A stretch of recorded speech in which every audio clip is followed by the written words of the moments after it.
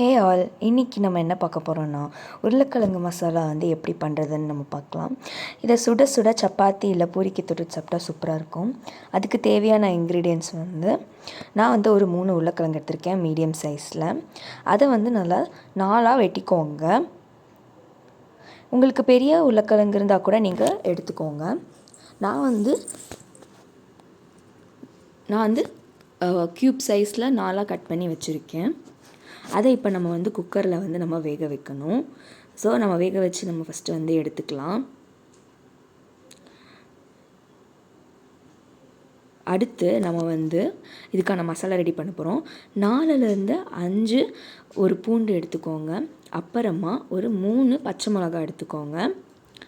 உங்களுக்கு காரம் தேவைப்பட்டுச்சுன்னா நீங்கள் 5 பச்சை மிளகா வச்சுக்கோங்க.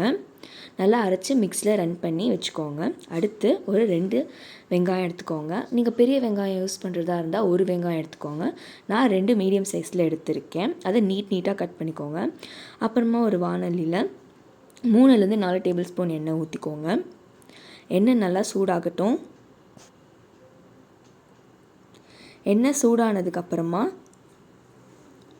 கொஞ்சமாக கடுகு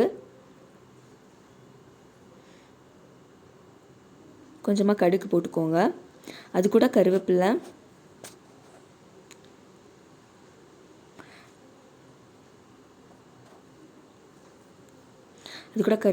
அதுக்கப்புறமா ஒரு பச்சை மிளகா நீட்டாக கட் பண்ணி வச்சுருந்தா அதையும் ஆட் பண்ணிக்கோங்க. அப்போ தான் இன்னும் கொஞ்சம் காரமாக ஸ்பைஸியாகவும் இருக்கும்.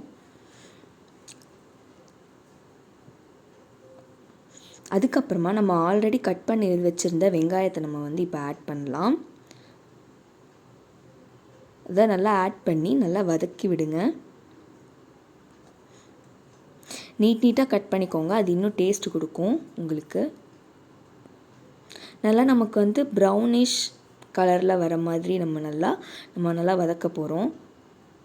அப்போ தான் நமக்கு இன்னும் டேஸ்ட்டாக நல்லா விரும்பி சாப்பிட தோணும். நல்லா கிண்டி விடுங்க.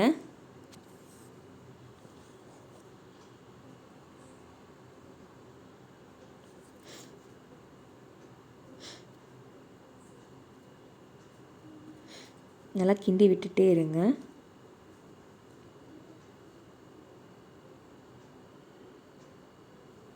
அது கூட நம்ம அரைச்சி வச்சுருந்த இஞ்சி பூண்டு பேஸ்ட்டு, அப்புறமா பச்சை மிளகாலாம் போட்டு நம்ம மிக்ஸியில் அரைச்சி வச்சுருந்தோம் இல்லையா, அதை நம்ம இப்போ ஆட் பண்ணிக்கலாம்.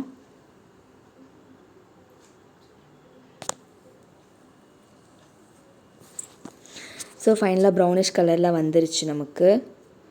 ஸோ இப்போ நம்ம அந்த அரைச்சி வச்சுருந்த பேஸ்ட்டை நம்ம ஆட் பண்ணிக்கலாம். ஸோ நம்ம ஆட் பண்ணிக்கலாம் அரைச்சி வச்சதை. ஆட் பண்ணிவிட்டு நல்லா கிளறி விடுங்க ஒரு 2 to 3 மினிட்ஸ்க்கு. அப்போ தான் அந்த பச்சை மிளகாயோட ரா ஸ்மெல் போய் நமக்கு ஒரு நல்ல டேஸ்ட் கொடுக்கும்.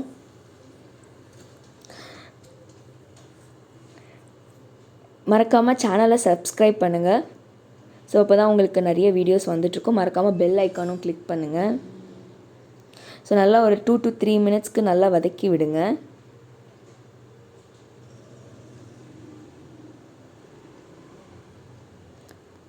வதக்குனதுக்கப்புறமா நம்ம இப்போ அடுத்து என்ன ஆட் பண்ண போகிறோன்னா கொஞ்சமாக மஞ்சத்தூள் ஆட் பண்ண போகிறோம்.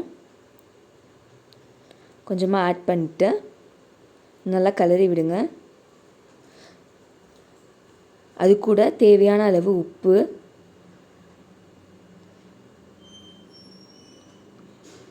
நல்லா மிக்ஸ் பண்ணி விடுங்க.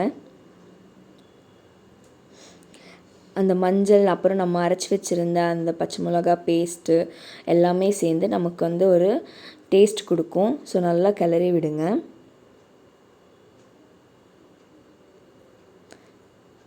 இப்போது அடுத்து நம்ம ஆல்ரெடி வேக வச்சுருந்த உருளைக்கிழங்கை நம்ம இப்போ ஆட் பண்ண போகிறோம். ஸோ அதுக்கு முன்னாடி கொஞ்சமாக தண்ணி ஊற்றிக்கோங்க.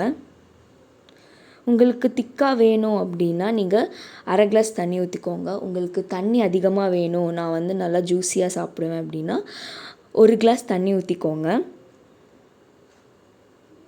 ஸோ நல்லா அது கொதிக்கட்டும்.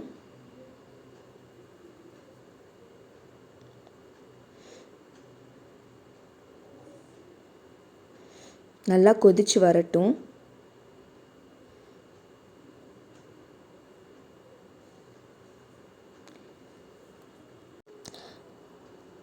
ஸோ பார்த்திங்கன்னா நல்லா கொதிச்சிருச்சு. இந்த ஸ்டேஜில் நம்ம வந்து உருளைக்கிழங்கை வந்து நம்ம வந்து ஆட் பண்ணிக்கலாம்.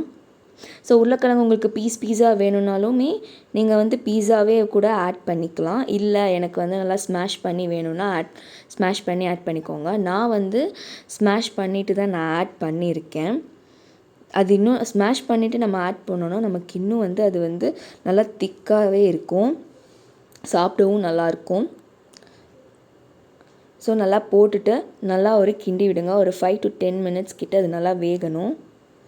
அந்த மசாலா எல்லாமே சேர்ந்து ஒன்றா சேர்ந்து நமக்கு வந்து ஒரு டேஸ்ட் கொடுக்கும்.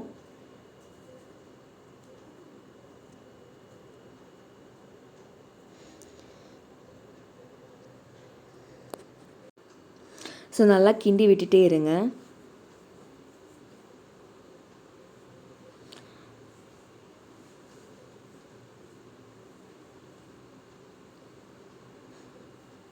உங்களுக்கு தண்ணி பத்தலை அப்படின்னா நீங்கள் தண்ணி கொஞ்சம் ஆட் பண்ணிக்கலாம். ஸோ பார்த்திங்கன்னா ஃபைனலாக வந்து நமக்கு வந்து ரெடி ஆகிடுச்சு. நான் கொஞ்சம் திக்காக பண்ணியிருக்கேன். உங்களுக்கு ஜூஸியாக வேணும்னாலும் ஜூஸியாக பண்ணிக்கோங்க. ஸோ இதை சுட சுட சப்பாத்தி பூரிக்கு தொட்டு சாப்பிட்டா நல்லாயிருக்கும். மறக்காமல் சேனலை சப்ஸ்கிரைப் பண்ணுங்கள்.